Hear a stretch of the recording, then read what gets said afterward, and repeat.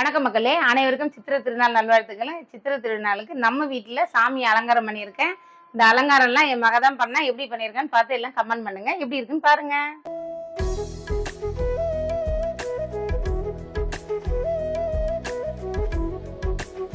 சாமிக்கு இலை போட்டு படைக்க போறேங்க. வாங்க பார்க்கலாம்.